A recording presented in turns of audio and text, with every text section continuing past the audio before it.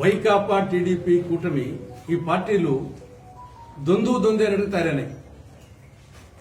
ఒకటేమో వైకాపా ప్రభుత్వం అరచేతిలో వైకుంఠం చూపించింది. ప్రస్తుతం టీడీపీ కూటమి ప్రభుత్వం అరచేతిలో కైలాసం చూపిస్తా ఉంది. సూపర్ 6 పథకాలు అట్టర్ ఫ్లాప్. నిరుద్యోగ భృతి ఊసేయలేదు బడ్జెట్లో కూడా. తల్లికి వందనం పథకం, తల్లికి వందనం నిల్, తండ్రికి ఇంధనం ఫుల్. ఇది ఆ స్కీమ్. అన్నదాత సుఖీభవ, అన్నదాత దుఃఖీభవ పథకంగా తయారైంది. ఆడబిడ్డనిది ఆమడ దూరంలో కనిపించడం లేదు. ఎస్సీ, ఎస్టీ, బీసీ, మైనారిటీలకు వాళ్ళకి 50 ఏళ్లకే పెన్షన్ ఇస్తామని చెప్పారు. అది పరిస్థితి లేదు. మహిళలకు ఉచిత బస్సు ప్రయాణం ఊసేయలేదు. ఇంతకుముందు శైలజానాథ్ గారు చెప్పినట్టు మద్యం పాలసీ ఎలా తయారైందంటే మండలానికి 4 మద్యం షాపులు, 40 బెల్ట్ షాపులు. ఇక ఉచిత ఇసుక విధానం, ఇది ఉత్తుత్తి ఇసుక విధానంగా తయారైంది. శాంతి భద్రతలు ఘోరంగా క్షీణించాయి.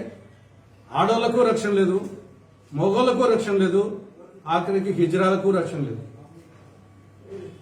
తర్వాత వచ్చేసి రాష్ట్రం అనారోగ్య ఆంధ్రప్రదేశ్ అయిపోయింది. మరొక వైపు జగన్మోహన్ రెడ్డి ఆయన అసెంబ్లీకే పోడు. కాబట్టి ఈ రాష్ట్రం బాగుపడాలంటే, ఇందిరమ్మ రాజ్యం రావాలి అంటే, ఇంటింటా సౌభాగ్యం వెళ్లి విరియాలంటే అది ఒక కాంగ్రెస్ పార్టీతోనే సాధ్యం. వీళ్ళిద్దరి మధ్య లాలూచి కుస్తీ నడుస్తా ఉంది.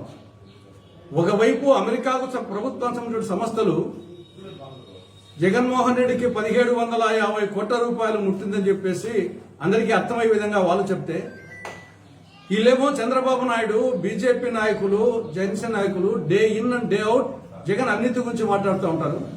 ఇప్పుడు అమెరికా ప్రభుత్వమే నిర్ధారిస్తే దాని గురించి ఏం మాట్లాడుతారు? స్టడీ చేస్తున్నాడంట చంద్రబాబు నాయుడు గారు.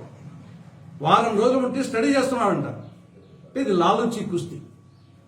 ఎంతసేపు అవినీతి గురించి మాట్లాడమే తప్పని చేసి నువ్వు విచారణ జరపలేదు, చర్యలు తీసుకోలేదు, దాని గురించి వారం రోజులు స్టడీ చేస్తున్నా అంట. కాబట్టి వాళ్ళ పరిపాలన చూశారు, వీళ్ళ పరిపాలన చూశారు.